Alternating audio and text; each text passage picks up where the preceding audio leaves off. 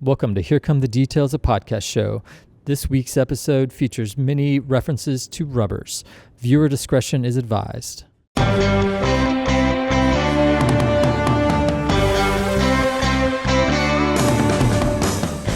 Hi, I'm Josh Fadum.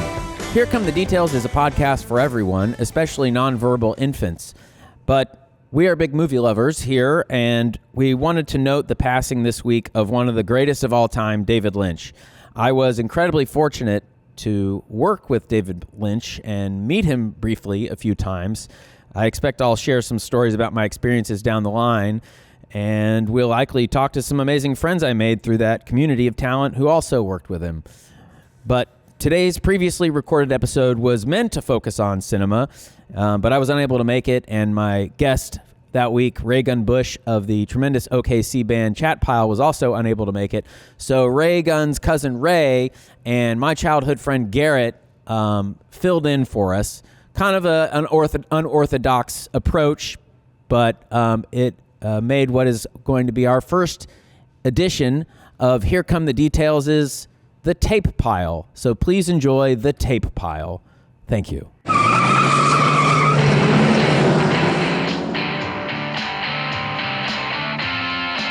You gotta stay hydrated. These cups are from my old apartment, but I just had to put them all up. You know, good thing we had to. And then there's a hose faucet out in the alleyway. Okay, so we're rolling. We're ready to roll. Are we doing it? We're go for everyone. Everyone's a thumbs up. Hang 10. Cool, man. All right, shit.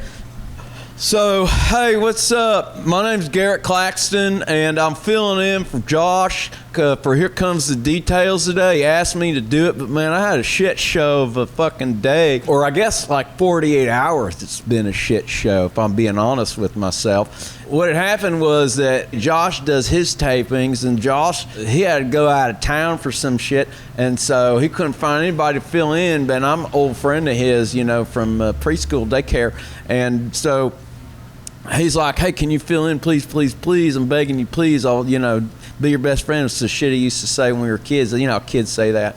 But I was at my mom's, and my mom got mad at me, so she kicked me out. That's where I was staying. So then I went over to my girl's house.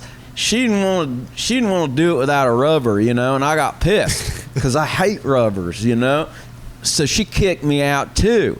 And I tried to sneak into the garage and sleep in the garage, and she was like, no. She caught me. She was like, no. So then I was like, why don't I just stay on the couch? She was like, no. And I was like, all right, why don't we just do it with a rubber? And she was like, no, too late. So I was like, shit, this sucks. So this is my storage facility, and today we're joined by my buddy Ray Bustler. And he stays in my storage facility for free as a favor. And so, Ray, I appreciate you letting me stay in my storage facility today. Well, I appreciate you coming by and paying me a visit. Yeah, man. I see you've been Ray Bustler's been rustling through my tapes and shit. So we got a tape pile. That's cool with me. And we got you know, it's nice that he's Jimmy rigged it to steal the electricity from the storage facility so he can watch VHS tapes over in the back over there. That's cool. So you've been watching some of these, huh? Yeah, man, you got some good shit here, dude. I've been watching lots of stuff like Delta Force. Delta Force, we got that. See, I haven't actually seen, well, no, I've seen Delta Force. What does that say? You haven't seen Delta Force? No, I've seen Delta Force. I was going to say, I've seen Delta Force, but there's a lot of shit here that's just like so old. I bought it on an impulse, and then I never even got a chance to watch it because I got kicked out of my old girlfriend's place. So I had it, and then it got boxed up because, you know, you can't take everything with you everywhere you go. Heard. You ever had that problem? Heard. I have. I've had that problem all throughout my dang old life, man. Yeah, I see that there's some boxes over there that have your name on them, and that's cool, man. More the merrier. You know, we got all this space to store. Also today, we're joined as usual by my producer, Rob Stewart, our director, Ian Upton. Today, because this is kind of a rough neighborhood, we got security over there. What's your name? Dave. Dave. Okay, so we got Dave doing security. He's checking ID. He works at a nightclub. Which nightclub you work at? Lying about it. Lying about it. Okay, Lying about it, man. That's a nice club. Yeah, We should go there later, man. Maybe I don't know. Yeah, but Dave, you can get us in, right? Fucking A. I always get fucking turned away at lying about it, you know. Oh, we'll get in. Yeah, we'll get in with Dave on our side. So thanks for hiring Dave, you know. Cause No problem. My pleasure, man. Yeah, rough neighborhood. So because I didn't know you were gonna hire Dave, so I told my friend Chip, you know, come like do security. So we got my friend Chip Hindenburg over there. Hey, Garrett. Chip's kind of pissed off because he thought he was going to get to do security, and so now he's just here. And I didn't offer him any money. Dave's getting paid for his time. So Chip's just kind of pissed that he's wasted his time and we ain't getting any money for him. Sorry about that, Chip. It's not right. Yeah. It ain't right. Yeah, so don't fuck with Chip. He's got a chip on his shoulder. I'm not nobody. I come from a family. My daddy, he's got 3 sports-themed restaurant bars. One is called Kicks, one is called The Sideline, and one is called Tackles. Okay, cool, man. We got to go to Tackles. You think that we can get into Tackles? It's the best nachos you ever have. How's artichoke dip? But the artichoke dick, it's not as good as the nachos. You gotta eat the sound like nachos. you said artichoke dick. You know, speaking of dick, I fucking hate rubbers. So we got some piles of tapes here. You see anything you liked? Got any recommendations or anything that you haven't seen? I'm seeing nothing but treasure in front of me. Yeah, honestly. man. Let's just dig in. Let's see what we got here. We both know this is a classic, Rolling Thunder is amazing. Everybody's people been endorsing Rolling Thunder since the 90s. People know all about Rolling Thunder. He's been away for 8 years. There's a storm brewing in this man. Now, from Paul Schrader, the author of Taxi Driver, comes a new and shattering film about a man poised on the brink of violence. Rolling Thunder. It's written by Paul Schrader, directed by John Flynn. It's written by Paul Schrader, but he kind of got it taken away from him. He's not exactly proud of this movie, but I'd be proud of this movie if I made it, man. Come on, Paul, with your transcendental cinema and style. Just because it ain't totally transcendental don't mean it's a badass movie. Not a badass movie, I mean. Heard. Understood. Yeah. John Flynn, he made Out for Justice, I think. That's right. You know I was just going to say. Man, I wish we had some fucking Seagal here, but we don't. We got no Seagal here, I don't think. Yeah, I don't think there's any Seagals in this batch. Now, John Flynn, he also did. Did he do The Outfit with? You seen the? Oh Outfit yeah, he did do The Outfit. I haven't seen that movie, but I know he did that. That's Robert Duvall, right? That's Robert Duvall, based on a Richard Stark novel. I think. Yeah, Robert Duvall, man. Hey, what are they doing back there? Is this affecting our sound quality? Not really. Okay, good. Because there's some clackling back there, but apparently Rob's so good at what he does. Man, they're clattering around all day long. I got to turn the dang TV if I want to hear fucking Chuck, the Hitman or whatever. People do say what? I was just referencing the Hitman and Chuck Norris. Chuck Norris. We got a couple Chuck Norris movies over here. He's a terrible actor. He's like not just fucking with a rubber. He's like doing it with like. He's not even doing it, you know what I mean? Man, in this movie, he's got like a long mullet and a big old duster on, and it's pretty good, man. I mean, if you're going to watch one Chuck Norris movie, I'd honestly take The Hitman. Oh, so you say The Hitman over Delta Force? I'd say, even though I love Lee Marvin, man, I'd say, yeah, the Hitman is easily the best 90s Chuck Norris movie. Okay. Although that's 80s, but you know what I'm saying. Yeah, I know what you're saying. They're both canon. I mean, it's directed by Aaron Norris, who is, I think he's Chuck's brother. Hell yeah. Yeah, he's yeah, Chuck's brother. And I like that Chuck's a family man, and he's just getting his brothers involved. Man, I love that Chuck is a good Christian. He's a family man. Yeah. You know, Chuck is just someone I can kind of relate to, look up to personally. Yeah, me too, man. I agree. And Chuck, I think he's like, look, man, if I can become like the battle championship of karate and kickboxing and stuff, I think my stupid ass brother can learn to point and shoot a camera. You know, heard. So Aaron Norris, I mean, I think he has something to do with Walker as well. Yeah, I think they did Walker together. They did definitely The Forced Warrior together, and probably Hellbound or whatever that one that's kind of a supernatural thing where he's fighting demons. I think they made that movie together. Oh, for real? I see. Now I'm not as well versed in Chuck Norris. I know obviously some of the earlier ones like Delta Force and A Force of One. Yeah, Force of One. I'm gonna be honest. It's pretty mediocre. It's pretty dull. Yeah, you know? Force of One that's early Norris, man. I mean, the best thing about Force of One that makes it worth watching for a few key scenes is that it's got Clu Gulager in it, and he's one of the best actors. Hell yeah, man! I love Clu Gulager. Man, me too, man. Clu Gulager, his acting is like doing it without a rubber. Yeah, absolutely, man. I mean, Yeah, him and Don Siegel's The Killers. That's a no hat. I know that's acting like job. that was like his breakthrough scene. I in fact sometimes I'll dig through some tape, some history to find some early Clu Gulager performances, and I was watching this Alfred Hitchcock Presents episode with Clu. Oh shit! And he's real Damn, I'd good like at to it. see that. I need to rewatch some of that Alfred Hitchcock Presents stuff. Man. I bet You that got stuff's pretty Roku? good. I guess you got Roku in here, or you ever had it? Or know anyone who's got it? I got Roku in here. I mean, you know what we got. We got set up. We got here. But we got tapes, but we don't got Roku. I mean, but- my sister's got Roku, but I'm not allowed over there anymore for right now. Damn. Well, maybe I can go in there because I got one of these iPhones, so maybe I can go in there, say, hey, Diva, that's your sister's name. Diva, you want to go in there, put on some Alfred Hitchcock Presents? It's all on Roku, is what I'm saying. All this to get around to saying it's on Roku. Well, that'd be cool if you could, man. But I mean, we'll see. We'll see about that. I'm not gonna hold my breath, but Lee Marvin, I don't think I've seen Delta Force 2, but I think he's in that, and he looks like he's dying when he's. I mean, he looks old as hell in this, dude. We just mentioned I mentioned the Killers earlier with Clu Gulager. Yeah. Gulager. I think it's all. And he's old as hell in that movie. Yeah. That movie's Ronald Reagan's final movie too. He looks like he did when he was president of the Killers, which is pretty crazy. Yeah, I think that like Lee Marvin might not have been as old as he seems like he is. It's just that he just aged real hard. You know what I mean? Yeah. No, I hear that. I think he drank and lived real hard. So, like, probably, I wonder if, like, here we think that's an old man. He's like 80, but really, what's going on is that he's like, you know, he's 64. He's probably 10 years older than Chuck Norris in this movie. Probably, man. Probably. And Chuck Norris, you know, he's well preserved. Like, his face looks so pretty, you know. Like, I don't know what his beauty secrets are to keeping his face so well preserved. Anyway, what else we got? Have you seen this one, Twilight's Last Gleaming? I actually don't even know what Twilight's Last Gleaming is, man. I'm looking over here. Key Video did a lot of cool stuff way back when, but I think Key Video did do a lot of cool stuff, but the quality, oftentimes, and this is maybe the charm of Key Video, what's your opinion? The quality is often shit, but they find some good movies. No, I agree, man. I've got somewhere back at home, somewhere back in my shit back in my sister's house, I definitely got a copy of Parting Glances. I don't know if you ever seen that movie. Is that the one with Steve Buscemi where he plays the gay guy? Yeah, it's got Steve Buscemi in it, and I got She's Gotta Have It too. It's also Key Video. Oh, for real? Key Video put out She's Gotta Have It. Yeah. So was it like a first edition? Yeah.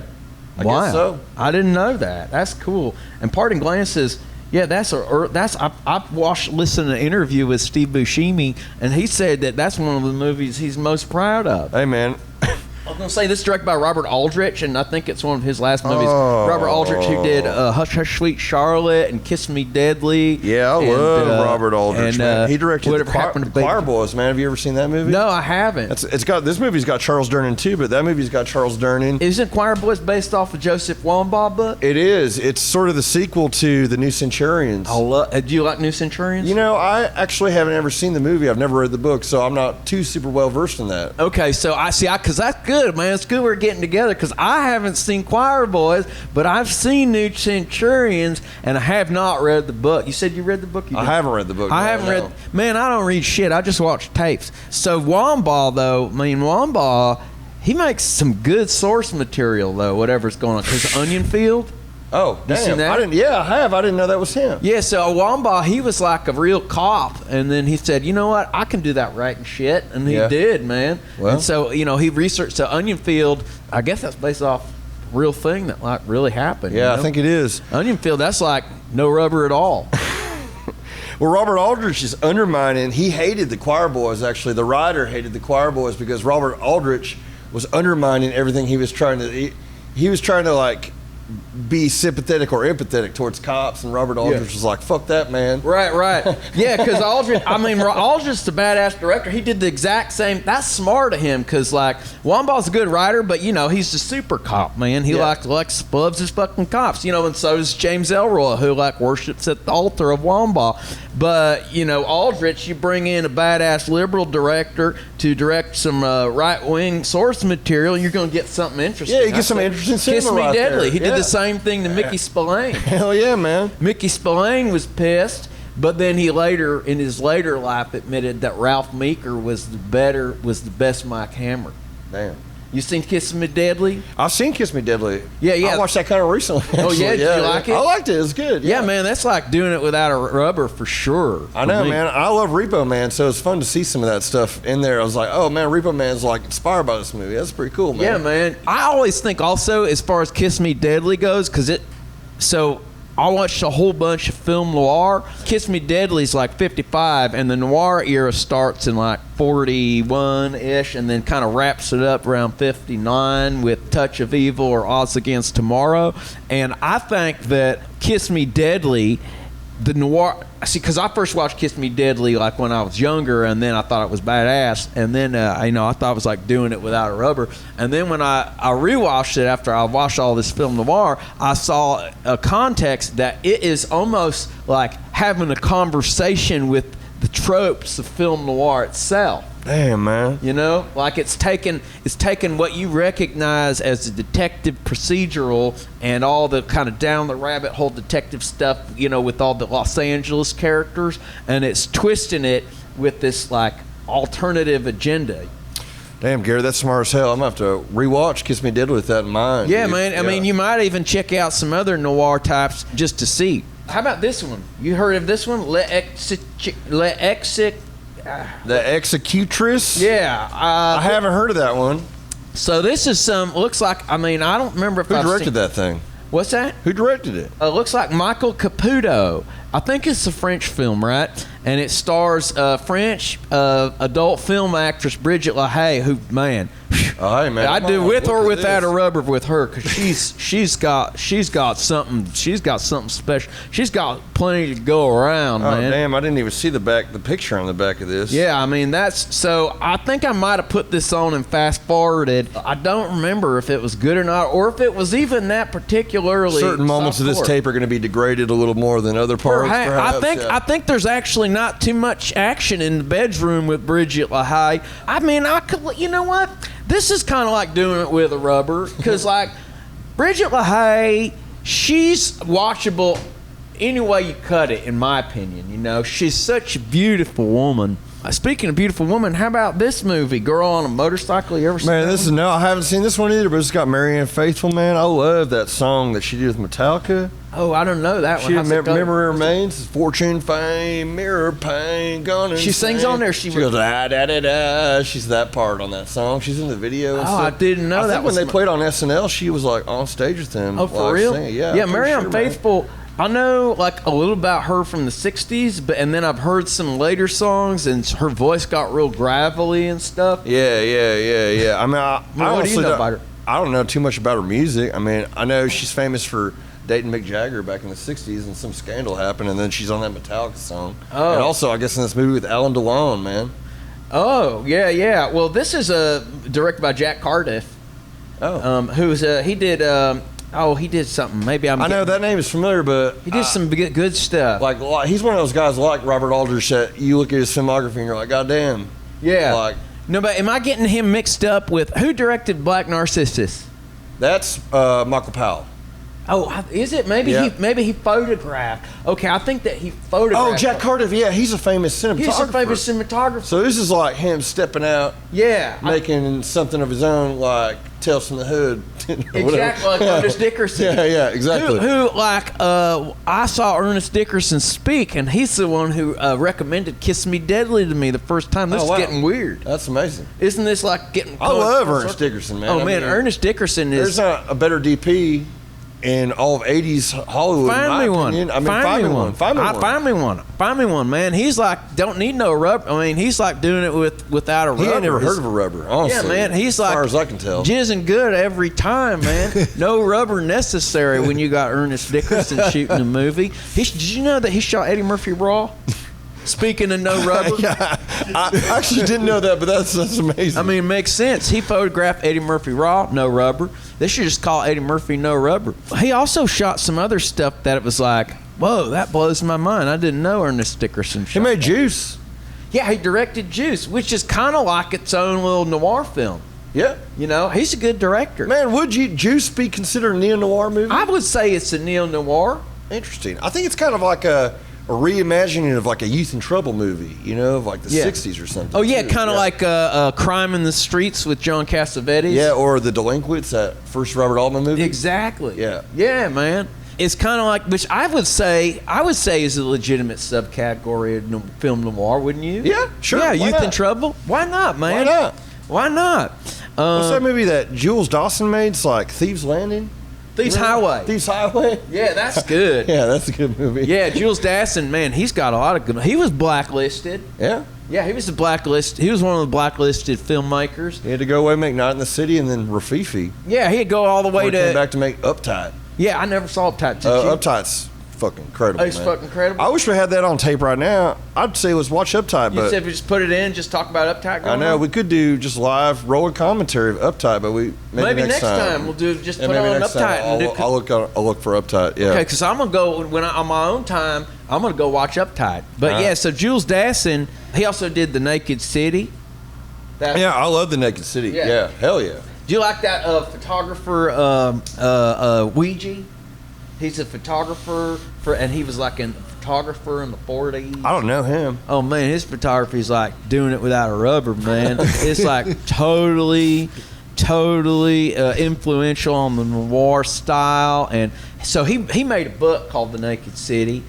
They made the movie The Naked City that Jules Dassin directed. Also, some fun trivia. Stanley Kubrick was a little boy with his camera taking pictures, and he visited the set of The Naked City, and that movie had Ted DeCorsia in it, and then he'd go and make The Killing and casted Ted DeCorsia in it. Damn. Can you believe that? That's crazy. But Killing's written by Jim Thompson. He's an Okie, so yeah, man, that's he's pretty cool. Okie, Yeah, man. That's hell pretty yeah. badass. Yeah, that's I don't pretty have, badass. hey, I'm not mad about that. I'm man. not mad about it either. Jim Thompson, man, he's like definitely like He's doing like- it without a yeah. rubber. Hey, so there's some crazy connections that we're making here. Okay, so did you ever see that Stacy Keach Killer Inside Me movie? You know, I never did see that movie though. I'm well aware of it though. Yeah, same. I've seen the Michael Winterbottom one. Yeah, I but thought that was okay. I'll be I honest. actually think that one's pretty good. Oh, really? Maybe I gotta It's a very revisit it. literal adaptation, which means it's pretty rough to watch. But I think Right. I thought Casey Affleck. he's fine. Yeah, he's good as Lou, the sociopathic sheriff. Yeah, he's still. I mean, I guess I sometimes trade within myself feelings about Casey Affleck's acting. Like he's good at what he does, but sometimes I think he's like, well, he didn't own his scratchy voice and stuff. Yeah, no, I can hear that. Yeah. I never am forgetting that I'm watching Casey Affleck too, and I'm watching. Yeah, the movie, he's you know, always he doesn't like, totally "Hey, disappear into his role. Yeah. So you I know, think he's great when he's cast correctly, like in To Die For. You know, Yeah. I think he's great in that movie. yeah. Now, is that him or is that just Gus Van Sant just knowing what to do with it? Man, I would say, I don't know. It's hard to say because I think that's a career best for Joaquin Phoenix too, man. I Yeah, know it's man. early in his career, but he for some reason can play like a total dumbass really well, you know. Yeah, So yeah, and that was kind of, and look, Joaquin is good, but sometimes he leans on his scratchy voice thing sometimes too Yeah, much man, for I my mean, personal taste. Yeah, I'm not a big Joaquin man. You're not a Joaquin man. I'm not a big Joaquin man, to be honest with He's you. like, would you at least say he's like doing it with a rubber, or would you say I'd say- no Joaquin at all? I'd It's like say- doing it with a I'd rubber say in your Joaquin. hand. I'd say Joaquin's doing it with a rubber about 75% of the time. Okay, yeah. Sometimes you can't deny that 25% of the time you got To Die For. You got to. That's you no were rubber never at really. all. You were never really here as a no rubber movie. You know. You never okay, yeah. You're never really here. Now you never really hear directed by Lynn Ramsey. That's right. Who she did Ratcatcher, Morgan Caller. We That's need right. to talk about Kevin. I think We Need to Talk About Kevin is like half a good movie. Yeah. And then once they tell you what it's about, then I get disappointed. I know. I don't like how the little boy is glowering evilly throughout the whole movie. It's Yeah. like it's just kind of ridiculous. And then he I don't commits like it. his school shooting. Spoiler alert to the Spoiler, movie. yeah, fuck with you a, if you haven't with seen the the bow and fucking movie. arrow, and I We're thought that was a little bit like made by a foreign person. you know, Yeah, like it that was had just yeah. no, not in touch with reality. I agree with you 100%. The first half of the movie is super visually compelling, and then it does this great job at setting up all this mystery, you know, because like it does this great job. Hey, where'd Rob, our producer, go? It does all this great job of setting up all this mystery, you know, and then she's walking in the parking lot, and then someone comes and like slaps her in the face. and you're like, oh man, what are they so mad about? What are they slapping her in the face for? Yep. And then they keep showing people being mad at her, and then they just tell you why they're mad at her. I liked it when I didn't know why they were mad at her, because then that's the mystery, and the mystery is more exciting in my head. You know what I mean? No, I hear you. Yeah. I thought it was ultimately kind of a disappointing movie, and I like her other movies. I like Ratcatcher a lot. Yeah, I like Morgan Caller a lot. Yeah, me too. Yeah, man, me too. Samantha Morton's a great actor. Oh, yeah. Hey, have you ever seen this one, Picnic? Now, you keep picking up. Now, I've seen a lot of these, but you keep picking up the ones I haven't seen. Well, I don't know what Picnic is. No. I'll be honest. I haven't seen a lot of these too. I've never seen Picnic, but it's directed by Joshua Logan, who he was a big theater director, and he directed Bus Stop with Dawn Murray. I mean, this is getting freaky. All the connections that we're making here. Man, you're missing me with these old movies. I don't quite know some of these people. But Yeah, I know man. Kim Novak from Vertigo. Oh yeah, I know Kim Novak, and then I was like, do I know her? That's a pretty good joke, right? What about this 70s movie by Elia Kazan, who's a contemporary of Joshua Logan? It stars, I haven't seen it either, but apparently it's called The Visitors. And the Joshua Logan movie we picked up is called Picnic, for those listening. This one, The Visitors, this one is supposedly Elia Kazan was inspired by his wife, Barbara Loden, who made Wanda, to make a movie super loose and free like Wanda. You seen Wanda? I actually haven't seen Wanda. Wanda's like on the one close to the top of my list of movies I'm trying to actually watch soon. But no, I haven't seen that movie. Yeah. And earlier I said that I had a different copy of this, but I think this is a different movie than what I thought it was. Oh, are you thinking of The Visitor? No, I'm not thinking of The Visitor. I'm thinking maybe the movie's just called Visitors, but I have one that you can pull a thing and a little guy's face appears in the clouds above a house. It's a rare tape. Okay. And I think it might still be called The Visitors. Is it a horror movie? It's a horror movie. Okay, so I think this is like a home invasion movie. Damn. The Visitors by Elia Kazan. It's got James Woods in it? Yeah, it's Kazan's last movie, was his first movie. 88 minutes, 1972. I know. What am I sleeping on? We haven't put this one on to do commentary too. Get Jules Dassin's last movie, Elia Kazan's last movie. So this movie is like him saying "fuck you" to people who are mad at him for naming names. Supposedly, this is him being like "fuck you" without a rubber or with a rubber, because that's not as fun, because I hate fucking rubbers. Yeah, I mean, he's an interesting filmmaker. He's kind of an asshole though, right? Yeah, notorious asshole. Remember at the Oscars in the late 90s when Scorsese and De Niro gave Elia Kazan an honorary Oscar, and several people stood up and then several people didn't stand up? Did you see that?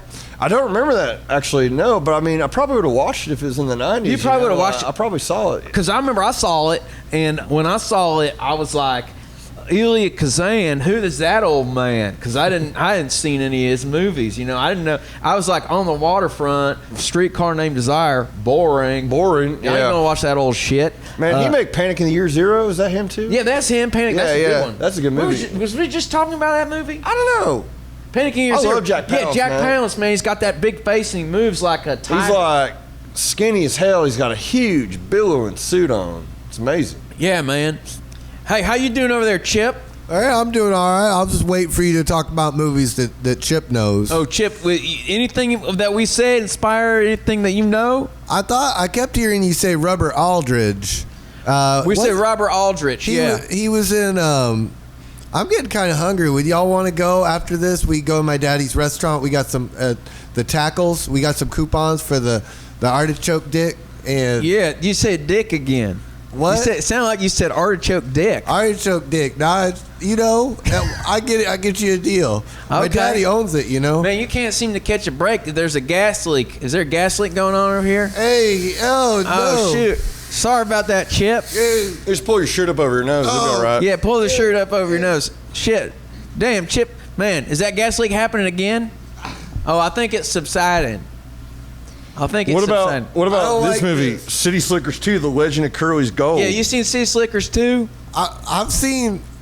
Wait, is that the one with Casey Affleck? No, he's not in any City Slickers. Okay. Dave, you seen City Slickers 2? Sorry, Dave. Dave's on the job. What's up, Dave? Billy Crystal. Yeah. Billy Crystal. Yeah, yes, I seen it. He funny, right? Was Billy Crystal? He's good for one of them boys. It's honestly my dad's favorite movie of all time. Part 2? Part 2. Now, he thinks it's funnier than part 1? Yeah, he was laughing his fucking ass off. I saw it in the theater, and I remember thinking it was funny, but I hadn't seen it since I saw it in the theater. And you know how sometimes you'll see a movie in the theater and you'll think, man, that's like doing it without a rubber. Yep. And then the reviewers are like, this like not even getting to do it, or doing it with, you know, a rubber, doing it in your hand with a rubber, you know, which I would say is a bad, very critical review. And I think this is definitely one of those movies that, like, critics say it's honestly a little bit better than it got credit for, like than critics gave it credit for, you know, at the time. Yeah. But like, I haven't seen it in a long time, to be honest with you. So I know that they got rid of, because like part 1 didn't have John Lovitz, right? Part 1's got Bruno Kirby. Yeah, Bruno Lovitz stepped in for Kirby because Kirby's like, I ain't wasting my time doing the same thing. Bruno Kirby's busy making what? Donnie Brasco? Maybe he was like, was he in Bugsy? No. Well, Bugsy be a little bit before that, but Yeah, well, is this guy cool? What's going on? Is this guy IDs? I need to see your ID. Come on through, but I need to see your ID. Okay, hold on.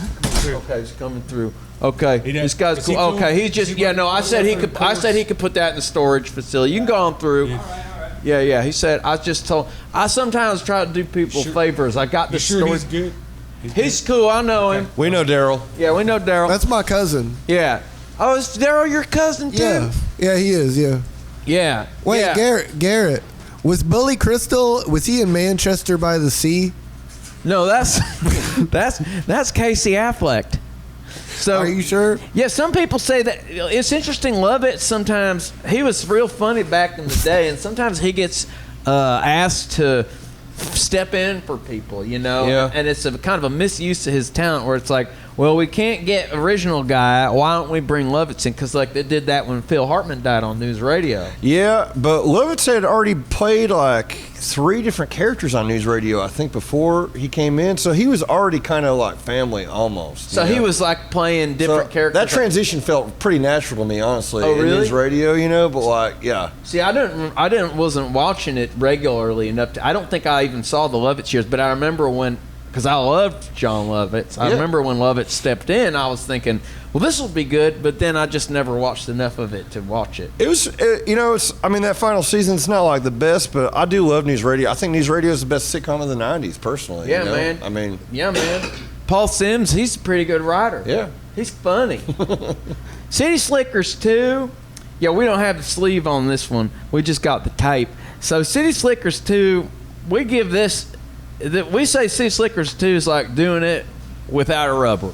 Okay. What else? So right here, I've watched these. We've got Rutger Hauer's acting reel from the early 2000s, and we've got Elizabeth Berkley from Showgirls and Saved by the Bell's demo reel from the early 2000s. I've watched them both, and I would say they're both very good. They're both like doing it without a rubber. And hell yeah, man. I would cast either of them based off this acting reel. I wonder I haven't watched either of these tapes, but I wonder what's on the Elizabeth Berkley tapes. Probably got scenes from The Real Blonde, Showgirls, First Wives Club, Saved by the Bell, and what else? You know, I haven't watched it in like 20 years, so I gotta watch it again to see like what did Elizabeth Berkley put on her acting reel. Because you know, Showgirls, of course, is a cult favorite now, but people were mad at it back then. They said this movie is supposed to be sexy, but this movie's like doing it with a rubber. Yeah, you know. But which is not sexy. But I watched it recently and I said, this movie's pretty sexy, you know? Yeah, it's like, I'd say it's 100% like doing it without a rubber. Yeah, I mean, I watched it with my girl back in the day, and I was like, can we do it without a rubber after washing it? And she was like, no, we still got to use a rubber. And I was like, damn it. And then the rubber broke, and then she still, you know, got pregnant, and then I got an extra kid, which pissed me off because, like, I didn't even get to do it without a rubber, you know? Yeah, I heard you. But Showgirls was good. We both agreed that it did get us in the mood. Well, speaking of doing it without a rubber, have you seen Spedders? The early, you know, Paul I've seen pieces of it. I never watched the whole thing. But Rutger Hauer, he gets pretty raw and nasty in those early movies, man. Yeah. Paul Verhoeven sure gets. Hey, isn't this funny? Look at that. Yeah. Look at that kind of two Verhoeven muses. I just said that. Honestly, I wasn't even making that we connection. wouldn't either. Was Spedders, this Showgirls. is crazy. Two Verhoeven muses, because he's in Spedders and he's in Soldier of Orange. Soldier of Orange. She's in another one too. Flesh and Blood. Yeah. But no, he's in an earlier one too, even before that, where he jerks off on a wall. And I thought that's Spedders. Damn, this is bringing me back. That is Spedders. I think it's Spedders. Okay. Yeah, because I've seen that Where scene. he puts the picture on, and I was That's right. And we were talking about John Lovitz. I was about to bring up Happiness, which I just rewatched. Oh yeah, and they quote that scene. Oh, do they steal this? Does Todd Solondz steal? I like to think of it more of a quote. It's an homage. Yeah, it's an homage Yeah. where Hoffman jerks off onto the wall and sticks a picture up there. Yeah. Just like But now Rutger Hauer did in Spedders. Does now Rutger Hauer jizz on the wall and then put? I think so. I think that It's been a while since I've seen it. Same here. Maybe that's in this reel. Yeah, you think that scene's in this reel? Yeah, well, I think it's probably so. I bet you. Well, I was gonna say, I think that Rutger Hauer like licks the piece of paper and then sticks it to the wall and then jerks off. Jerks off on it. That's right. He jerks off to it. It's like a reverse of not a reverse. Yeah, it's a reverse. No, it's like a Hoffman's doing the work after the job is done. Yeah. Okay, I was mistaken, but I still think that it's a visual homage. I do too. I'm with you. It's creative on both ends. I think what Hoffman is doing is his jizz is a decorative adhesive. Yes. And then Rutger's saliva is a constructive adhesive so that he can jizz. Yes. Yeah. Yes. So all They're good both movies. utilitarian in their own way. Exactly. So, yeah. Utilitarian. Yeah. That was the word I was looking for. Oh, there was something that we were saying earlier. What was we talking about? Oh, we was talking about the Jim Thompson mediocre. So the Jim Thompson Killer Inside Me. With Stacy Keach. With Stacy Keach. I started it and I didn't finish it because, first of all, they didn't shoot in Oklahoma. They shot in Montana. So, like, who gives a shit, I hate that. Don't waste my time, I just watched Bonnie and Clyde, and they entered into Oklahoma as we look upon the California hills. They didn't shoot Bonnie and Clyde in Oklahoma? I mean, they maybe shot some of it in Oklahoma, but there's a moment where you literally go over the border and it says, "Welcome to Oklahoma," and it's big-ass hills. Arthur Penn. Who's that? Who's that? Who's that?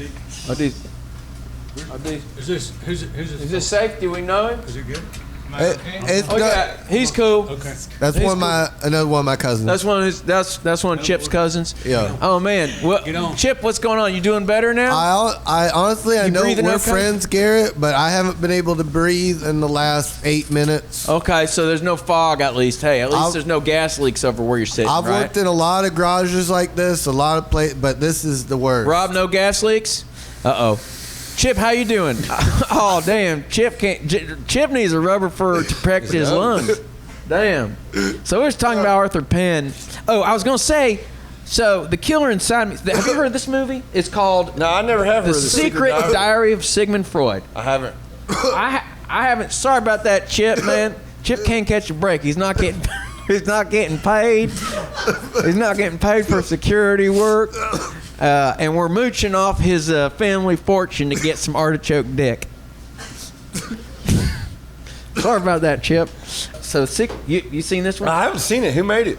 So, this is called The Secret Diary of Sigmund Freud, starring Bud Cort and Carol Kane and Klaus Kinski and Marissa Berenson. Isn't that a crazy cast? Oh, hello. Isn't that from 1973 or something? I know. I think it's got to be like later 70s. 84. 84. It's 80s. Okay. So this is a movie that I actually tracked this tape down and then I never watched it, but it's Key Video. Bud Cort, man, do you like Ted and Venus? Yeah, man. You ever seen that movie? Yeah, man. That's a crazy movie. That movie's... I mean, where is that movie? I want to see that movie again. It's hard to find, dude. Maybe we should put together a screening of Ted and Venus. Hey, man, I'd love to. Maybe double feature. So what's interesting about this this movie's good, though. I haven't seen it, but, I mean, look at Marissa Berenson on the back, man. She's like a fashion icon. Look how hot she is, man. Yeah. So this movie, I bet it's not good, but here's some fascinating things about it. It's directed by a guy named Danford B. Green, who is a famous Academy Award-nominated editor, and he edited MASH, which had Bud Cort in it, and he edited... He edited Bruce McCloud, too? No, I don't think... Maybe. I got to look it up. But he edited Blazing Saddles, and he edited The Killer Inside Me with Stacy Keach. And then Carol Kane, she's great, you know. Yeah, I like Carol Kane. Most people like her, from some of the 80s stuff, Princess Bride with City Slickers. But, you know, you and I, we're probably fans of Hester Street or When a Stranger Calls. Oh, I love When a Stranger Calls. Scariest movie. That's another movie with Charles Durning in it. He's one of my favorite actors. Yeah, we're yearning for Durning, man. Durning, every performance of Durning's like doing it without a rubber, man. Absolutely, man. He elevates everything he's in. Totally. He brings so much. He just gravitases it, you know. How are we doing on time? Is there anything we see here? Oh, I wanted to get to this. Yeah. So what's your opinion on this one? Well, Supernaturals, man. I mean, this ain't a great movie, but it's pretty cool because it's got Nichelle Nichols and LeVar Burton on it. Reading Rainbow and Uhura from Star Trek. And Geordi from Star Trek. So Star Trek fans. So this is kind of a marriage between the original series and Next Generation. Yeah, find the missing link. This is a valuable tape, man. Yeah. And it's got Maxwell Caulfield in it from The Boy Next Door, which I like. The Boys Next Door. The Boys Next Door. I haven't seen The Boys Next Door. It's got him and Charlie Sheen. It's Penelope Spheres movie. Oh, yeah. I do know that cover. Yeah. They're kind of bad boys, right? They're like real bad boys. Yeah, they're troublemakers. Yeah, they're big time. See, when you said that, I was thinking, it's funny. These connections, they're just getting crazier. When you said The Boy Next Door, what first popped in my brain is the little girl that lives down the lane. Oh, yeah, Jodie Foster. Jodie Foster and Martin Sheen. Oh, Charlie's daddy. Charlie's daddy. Yeah. So, I don't know. I thought that was pretty cool. I like it, yeah. So, the Supernaturals, they say that it's also got Talia Balsam, who is Martin Balsam's daughter, and she was married to Martin George Balsam, Clooney. He plays the detective in Psycho. Yeah, and Taking Pelham 1, 2, 3. Yeah, I got a job. Oh, He's yeah. like, I love the Taking a Pelham 1, 2, 3. Hell yeah. That's a great movie, man. It is a great movie. You know, I watched on an airplane Taking Pelham 1, 2, 3 with Denzel Washington by Tony Scott. Yeah. I thought it was pretty good, too. Yeah, it's not bad. You know, I was like, no way when they put it on. But then I was like, it's not bad. Chip, how you doing over there? Yeah, I mean, I can't really breathe or anything, but... Oh, shit. Sorry about that, it's Chip. It's all right. You know, we're still friends. Oh, yeah. Cool, man. Yeah, man, I'd hate to lose your back. I'd hate to lose you as having my back, Chip. Yeah, I'd hate to have anything come down to us where we have to fight. Yeah. No, I would not want to fight you, Chip. Yeah, you wouldn't. No. Yeah, see anything else here?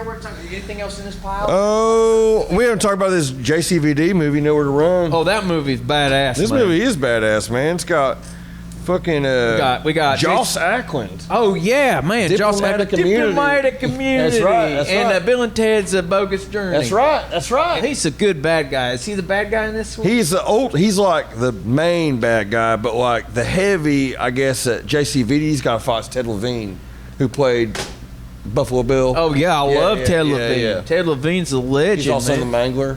Have you ever seen that Toby Hooper movie? Is he the Mangler? I thought that Fred Krueger was the Mangler. Well, Robert Englund owns the Mangler, but Ted Levine is investigating the Mangler. Okay. He's in the Mangler, but he's not the Mangler. No, the Mangler is a machine. Yeah. Like a laundry press. I guess I didn't see it. I guess I thought I saw it and I didn't see it. Yeah, you got to watch that Mangler. I got to watch the Mangler. I mean, I'll watch anything with that Toby Hooper put his hands on, whether he, was asleep at the wheel or steering it.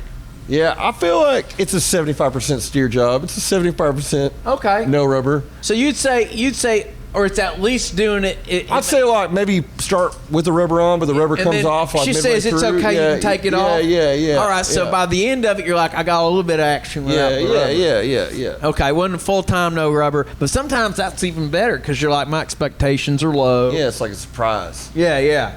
So Nowhere to Run. This one, speaking of rubber, no rubber. This one's got Rosanna Arquette. She takes off all her clothes. She's totally naked. Man, I like Rosanna Arquette. I'm kind of surprised that she did a sex scene in this movie. I think she's like a way better actor than maybe. Oh, absolutely. But here's the thing: when you got a body like that, you got to flaunt it whenever you can. Heard, understood. So I'm not mad at that. I ain't complaining about that. I'm not mad at it. I'm just kind of curious about it, Well, I think probably what happened was that Jean-Claude Van Damme at the time was a big star. So he was like A-list, I think, He was heating up, right? Because this year had this movie and Hard Target.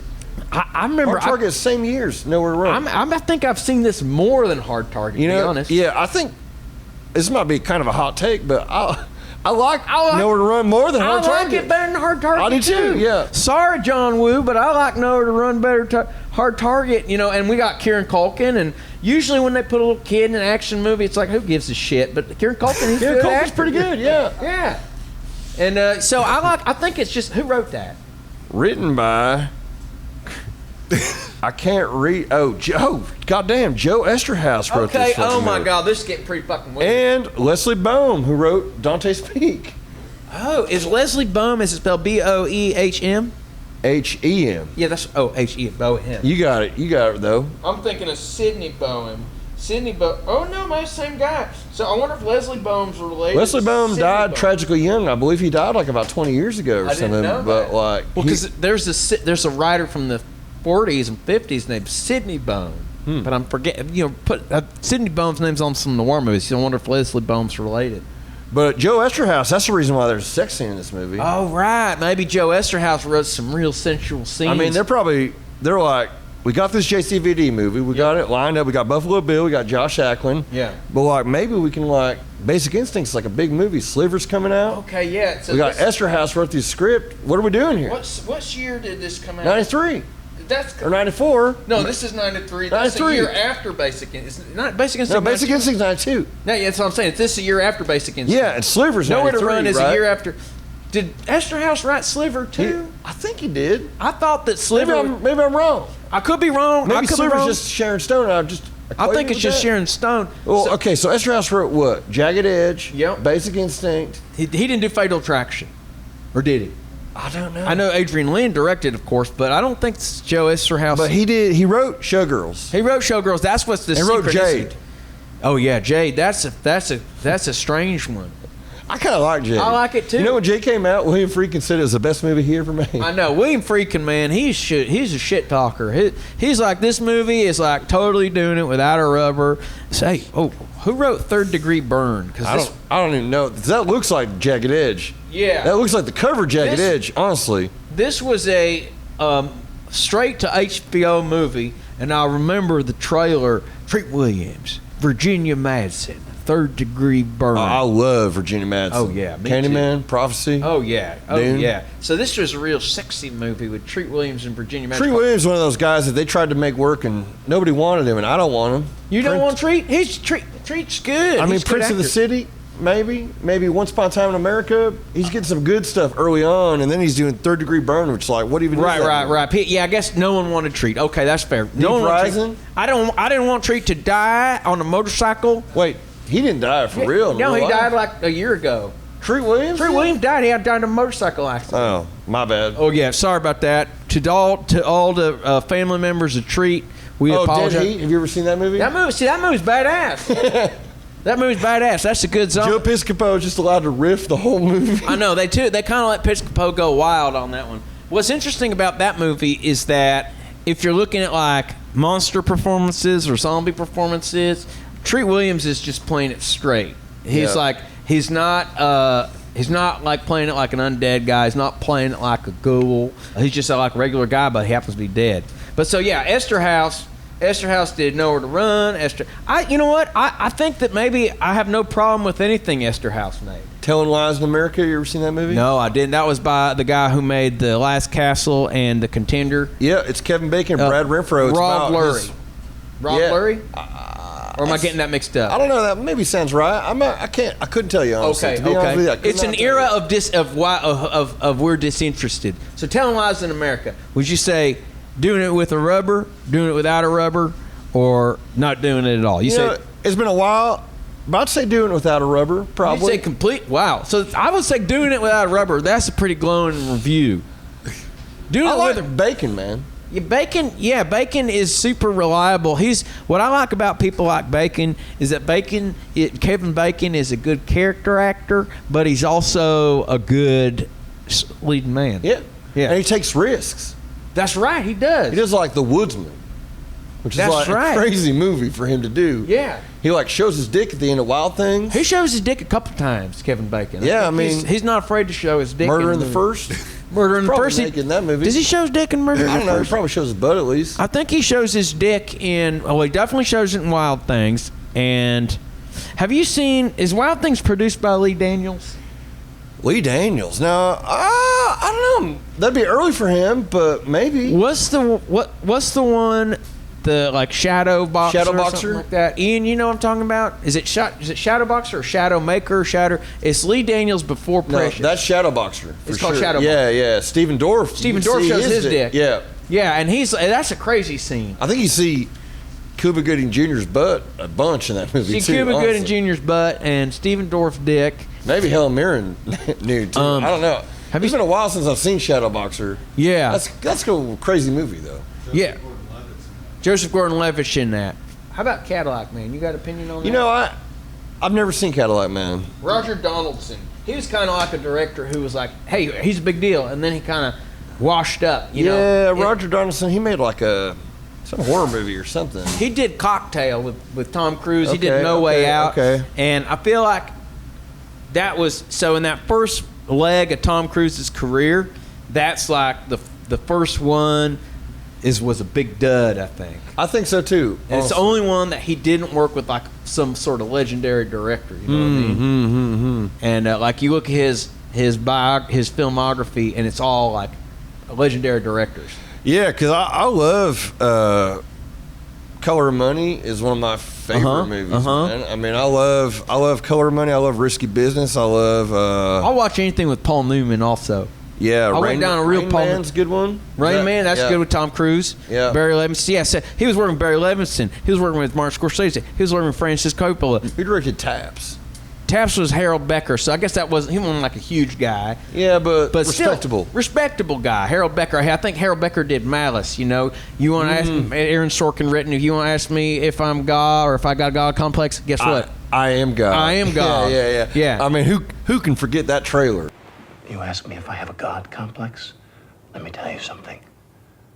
I am God. That's a hell of a trailer. That trailer's everywhere. That trailer's- in 1993, 1992, whatever.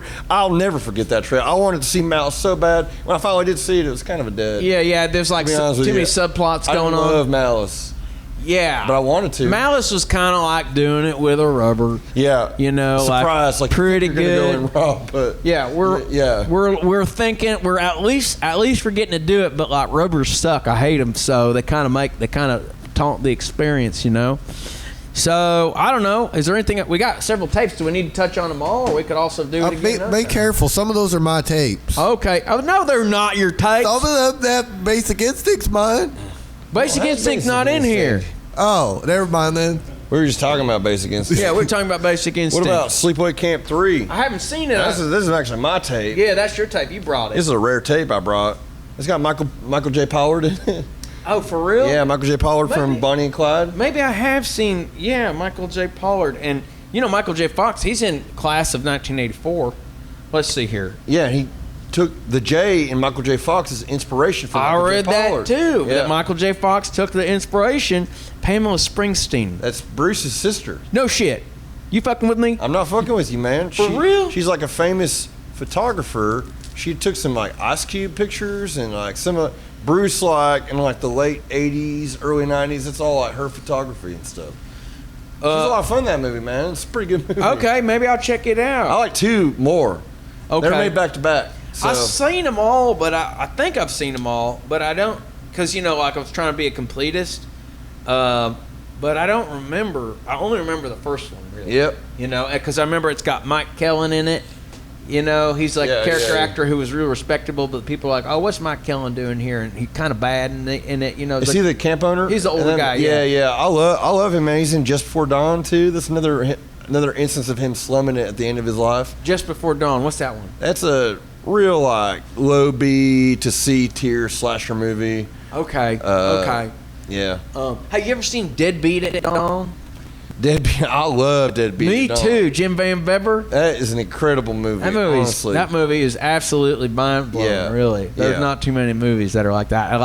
I don't get too. I kind of washed out on horror movies, at a certain point a few years ago. But when I think about like crazy genre movies like that one really sits with me. Yeah, I'd say it is like doing it without a rubber for sure. It is to action what Evil Dead is to like horror, honestly, because it's just one of the most inspirational low budget movies like I've ever seen in my life. Honestly. I mean, this guy goes for it. He's got a lot of heart, Jim Van Bever. Well, shit. Do we have anything else to talk about? I mean, do we want to? I guess I'll bring this one up here. This one's called Natural Selection.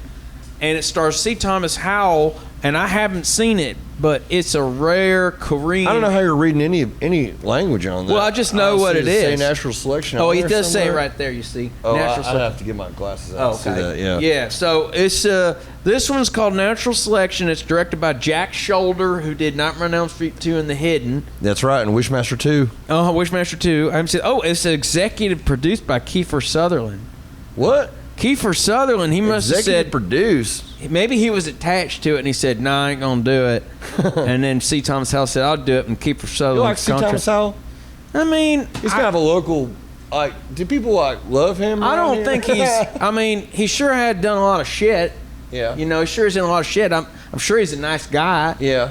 People like to be hard on him for being in Soul Man, you know, like. Yeah, but Soul whatever. Man. That's a regrettable movie. That's for sure. regrettable, James but- Earl Jones is in that movie too. You know, people are just picking up shit. I'm sure James Earl. I think I saw an interview where James Earl Jones was like, "Fuck it, I like Soul Man," or so. I could. Don't misquote me. No, I don't want to disrespect James Earl Jones. I think you're right. Honestly, I think I read that quote too. I know Ray Don Chong also likes Soul yeah, Man. Ray She Don stands Chong. up for So Soul maybe Man. we should go easy on C. Thomas Howell about Soul Man. I love The Hitcher.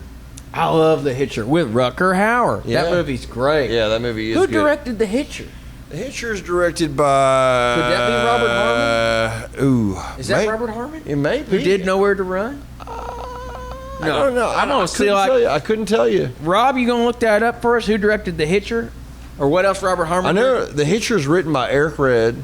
Oh yeah, he's good. He or did he wrote- direct it too, Eric Red? I don't know. I think Eric Red's directorial debut is some 90s movie. I can't even remember. Maybe Bad Moon or something like that. But Eric Red wrote Near Dark, I believe. Okay. And The Hitcher. Okay. Who's kind of like a bad boy screenwriter of horror in the 80s. And then he had some like serious trouble later in his life. Or something Oh, like that. what kind of trouble? Like I think if I recall correctly, he ran into a bar with his car and like killed somebody, and then with glass tried to cut his own throat and lived. Damn. And then worked again after. Damn. Damn. He's like kind of got like one of those. I might be wrong about that, but I'm pretty sure that's the story of That's Eric crazy. Red. I wonder if Eric Red's still alive. Maybe that's to require some fact checking. Eric Red's kind of like a Victor Salva in a way. You know? Yeah, in a way. Like he just did some fucked up stuff and then goes back to making Matthew movies. Broderick killed a guy. Natural Selection, starring C. Thomas Howell. It's a doppelganger movie directed by Jack Shoulder. And not to be confused with the indie movie from about 10 years ago called Natural Selection, directed by Robbie Pickering, starring Rachel Harris, which is a pretty good movie. Never heard of that one. It's a pretty good movie. I like Rachel Harris. Yeah. Yeah. She gives a great, it's like a leading role for her. She gives a great performance. that's cool. Dave, you like Sex in the City? I like Samantha. See, Dave's a Samantha guy. I've never seen Sex in the City. My girls always try and get me to watch it. I'm with Dave. I'm definitely Samantha guy. I like Samantha, though, too, actually, because I like Kim Cattrall. Oh, I love Kim Cattrall. She's the best actress. She's the hottest. And I like that she's like, a slutty character. Me too, man. I love Big Trouble in Little China. Yeah, man. I love Split Big Second. I mean, Police Star Academy Trek 1. 6, Undiscovered Country. She's great, man. Police Academy, yeah, you're right. I feel like Kim Cattrall, I mean, I love characters that put out, and she's a character. Porky's, man. Kim Cattrall, like, worked real hard for years to, like, have a career, and she was a talented actress, and she's beautiful, and she continues to work, and I think, hey, she don't want to be in the new Sex and the City. I respect her. I respect her, too. Yeah. I mean, is she not going to be in it, though? Didn't they kind of tease that she's coming in? I think they teased her as I think money talks, to be honest with you, but like I do respect her too. I mean, I haven't even watched in Just Like That because like if she's not going to be in the show, it's not really the show in my opinion. Yeah, right. That's just I'm not trying to something watch else. Miranda and Charlotte. Yeah, I'm trying to watch Sex and the City, not in Just Like That. And Speaking Just of Like Money That, Talks, I'm not watching. Speaking of Money Talks, you think Brett Ratner's having to come back? That's so crazy that you bring up Brett Ratner. I went down a Brett Ratner rabbit hole. Well, you last said night. Money Talks, and he made a movie called He did make a movie called Money Talks. I don't know. Like I went down a rabbit hole just like looking at like why hasn't Brett Ratner worked in a long time. And I went down this long article and stuff, but I actually never got to the bottom of what is his next project. I'm not sure. I think that he was like, troublemaker out there in Hollywood, and they said, we're going to put you in making movie jail for a couple of years, but you get to keep making money. Oh, you know how I got on that? I got it because I was reading an article about The Substance. Have you seen that movie? I saw it. With Dennis Quaid, that part where he's eating the shrimp or whatever? Yeah, I saw it. I was reading, somebody was theorizing that maybe that was a homage, or not an homage, but a reference to a famous instance where Brett Ratner had some shrimp.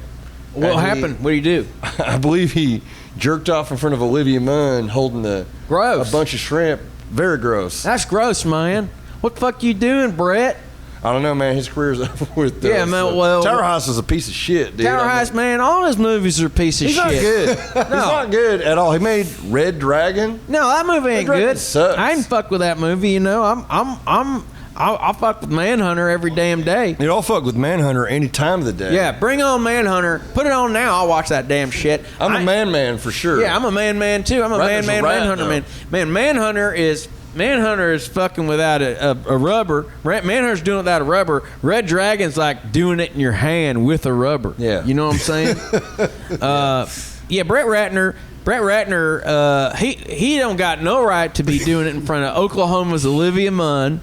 She's That's from right. Oklahoma, Yeah, she is from Oklahoma. She's from OKC. Yeah, she's from OKC. Got no right to be jerking off shrimp in his hand in front of OKC's Olivia Munn, and then going making Red Dragon or whatever the hell. Yeah, going making Tower House. Going making Eddie Murphy less funny. I know. Like, how is Eddie Murphy not good in that movie? Yeah, that I movie didn't see should it. be good. I was super psyched to see it, and then no one told me it was. Everyone said it's not good, so then my spirit was broken. So I know. I watched it when it was streaming. I watched about 10 minutes of it, and I was like, I can't watch this. Like, this fucking bullshit. Movie. This movie fucking sucks. Fuck that movie. Yeah. Fuck Brett Ratner. Brett Ratner never made anything good. He, I don't really care about Marvel movies, but I did go down a rabbit hole just for research to watch all those X-Men's, and that one's just like known to be the bad one. Part 3. The Last Stand. But I think it's interesting that's got Kelsey Grammer in it. That is interesting. Yeah, like Kelsey Grammer plays Beast in all 3 of those movies, doesn't he? I thought that he only was in that one, and then they had turned the kid in. They turned into that kid Nicholas Hoult. Well, yeah, but there's X-Men 1 and 2.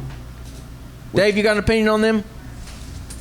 What was that now? I had a security Oh, sure. So you had a security issue going on? security issue. Oh yes. X-Men movies. Which one you think's the best one?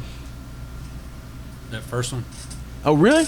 That first one? Oh man, you know what? Bryan Singer, he's in trouble too. People don't want to fuck with him no more. And Bryan Singer's in big What'd he trouble, do? man. Man, he just fucked everybody. Fucked them all. He either fucked everybody or he jerked off on everybody. You know? I don't even know, man. I mean, Bryan Singer's up to some dark. Man, Bryan Singer's up to dark shit. Brett Ratner's up to dark shit. There's some dark shit DNA all over that X-Men franchise. Maybe they shouldn't make any more X-Men movies. Yeah, there's too much dark shit. You know, we talk about the poltergeist curse a lot. Maybe we should talk about the X-Men curse. Oh yeah, what's the X-Men curse is that there's just too many fucked up people making them X-Men movies? I think so. Yeah, man, X-Men movies. There's some dark stuff going on there. Have y'all ever fuck with 2 rubbers at the same time? Oh, if I want to protect myself. Yeah. Yeah. Like you absolutely cannot get this cousin pregnant. Oh yeah, do we have any movies here that we'll watch? But we might. See, I think that's the difference. Okay, if a okay review is doing it with a rubber, then maybe when you wear 2 rubbers, it's when you go in thinking that you're not going to like a movie, but then turns out, you know what, this was pretty good. I suppose. Can you think of a movie that is equivalent to doing it with 2 rubbers? Ooh. What's the movie you thought you weren't going to like? Maybe The Godfather 3. That's a 2 rubber. That's 2 rubbers? Oh, you mean you... See, to me, that seems like you go into blazing, you think it's going to be no rubber. Turns out, you might have caught something from it. The expectations couldn't be higher. It's like, I've been wanting to fuck this girl since school. Right. And then you get in there, and it's like, oh, my God. You can barely move around.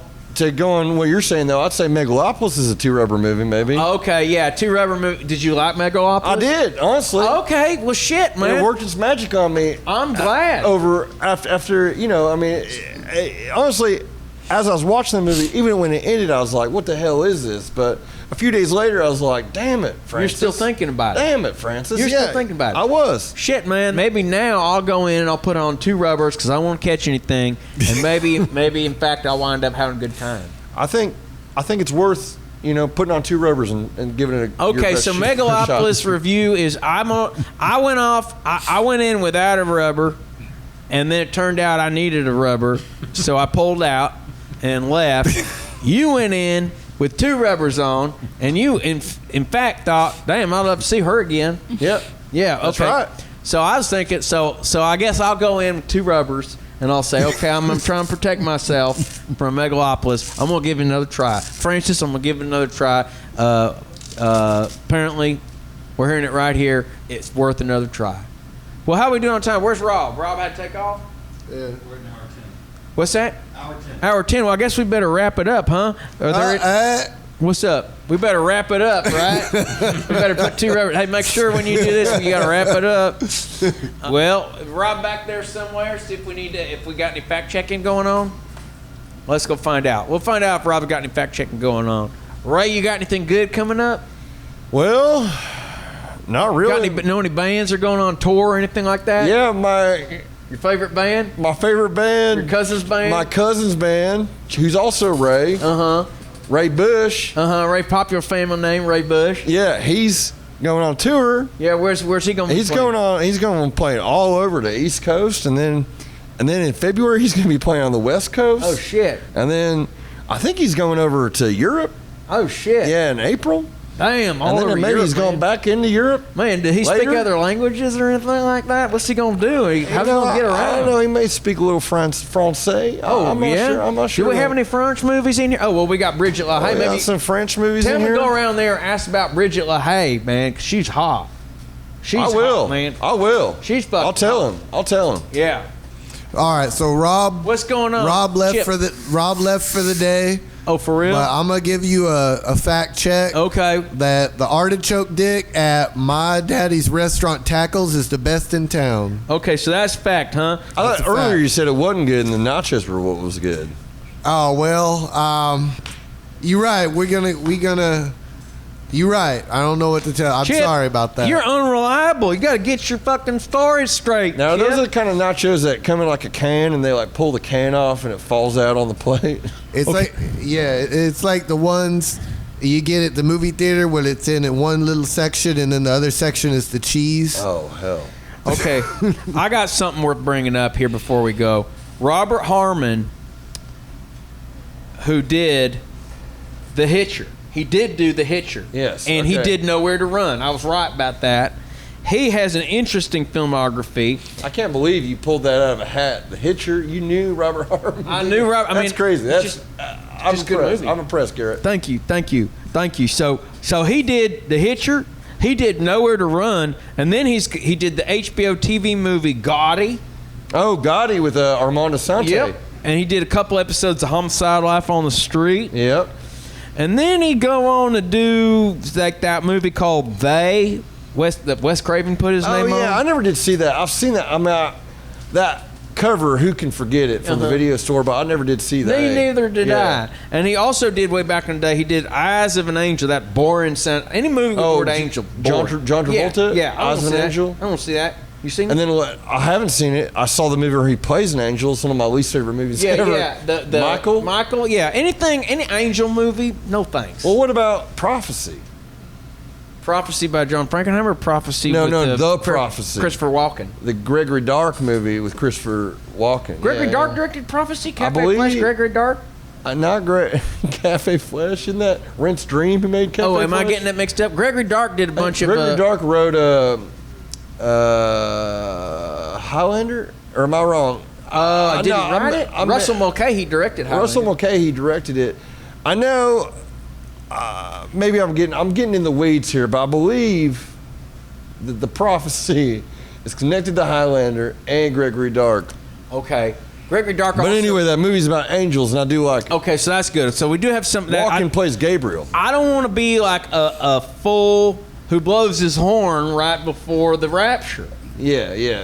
The angel. So I don't want to be. I don't want to be someone who like makes a grand statement and is not able to go back and say, okay, maybe I was wrong, or maybe there's some extenuating. It's a little about Jean-Luc Godard's Hail Mary. He's got some angels in it. It's okay, so maybe there's. Oh, you know what? What am I talking about? I like Wings of Desire. Wings of Desire, yeah. I like Wings at Hooters, and I like Wings of Desire.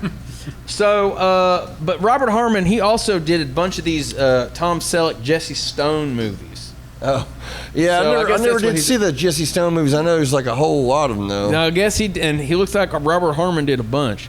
Well, I'm getting tired. Okay, so I got to go take a nap here in the storage unit. I guess I'll just sleep right next to you but if you got to run, that's cool too. But otherwise, maybe Now, I was thinking about maybe I'll put on Pinocchio and the Emperor of the Night or what's something. that? Show me what that is. I mean, it's like some weird animated movie. I don't even know what the hell is. Forest by John Boorman. Damn. So this was one too. My girl, she was like, "There's a movie I used to see all the time at the video store, and I watched it as a kid." And I was like, "But I don't know what it is." And she described the cover, and I was like, "I bet it's Emerald Forest." Powers Booth, John Boorman. Okay, so we didn't get to talk about this one, but maybe we'll talk about it next time.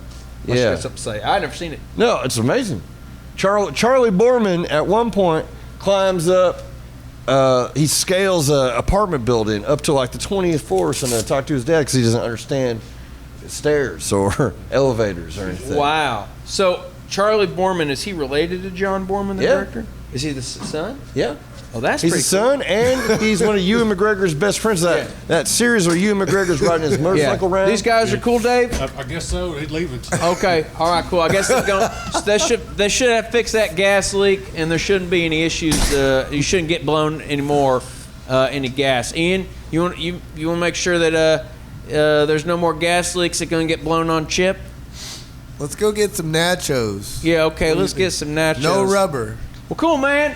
Man, it's always badass hanging out with you. Yeah, hell yeah, man. Yeah, man, thanks for letting me stay in my own storage unit. Well, I appreciate you stopping by my humble abode, your unit. Yeah, man. Yeah. This is a blast, and we'll do it again, maybe. All right, yeah, hell yeah. All right. Let's do it. Maybe we'll just start a whole new show. It's called the Tape Pile or VHS Pile. Yeah, or maybe we do. I don't know. Tapes. Hell, I don't know. We'll see how it goes. Well. All right, let's go get some of Chip's dad's chips and nachos and artichoke dick. Yeah. We're going tackles? Yep. You'll love my dad's dick, artichoke dick. All right, cool, man. We'll see you next time. And thanks for viewing and listening to Here Come the Details. This week, I'd like to give a special thank you to Juliana Beckert for the tape pile title design, Ethan Cooper for editing and intro camera work, Jack Dominga, Evan Hughes, Raygun Busch, and Ian Upton. And our theme music is written by Brian Gerges and Dean Minta. This is your producer, Rob Stewart, saying thank you, and we'll see you again next week.